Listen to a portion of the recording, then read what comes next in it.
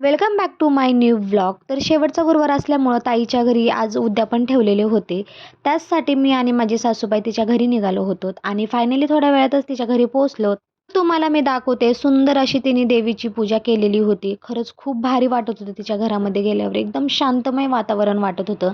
आणि इकडं बघा मम्मीच्या पोळ्या चालू होत्या, कारण की आज सुवासनी पण ठेवलेल्या होत्या आणि भरपूर असा स्वयंपाक पण करायचा होता आणि खूप जण येणार होते. आणि बघा ना, इकडं आल्या आल्याच मम्मीने मला पोळ्या पचवायला लावल्या. म्हणलं जाऊ दे, थोडेफार त्यांना पण मदत होऊन जाईन. आणि पटापटा अशा सगळ्या पोळ्या भाजून घेतल्या आणि त्याच्यानंतर मम्मीने अशी भजी वगैरे तळून घेतली.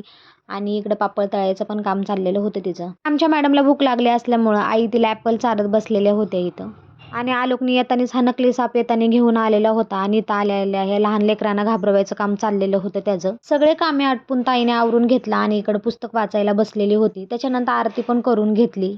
आणि त्याच्यानंतर पोळ्यांचा स्वयंपाक सगळा झालेला होता. सगळ्यांना तिने हळदी-कुंकू वगैरे लावून घेतलं. आणि असं सगळ्या सुवासिनीचं जेवण झाल्यानंतर मग मम्मी ते राहिले होती ताई, मग त्यांनी पण सगळ्यांनी जेवण वगैरे करून घेतलं. आणि इकडं आमच्या वहिनीसोबत माझं फोटो घ्यायचं काम चाललेलं होतं. त्याच्यानंतर लक्ष्मी बघा मम्मी संग छान खेळत बसलेली होती.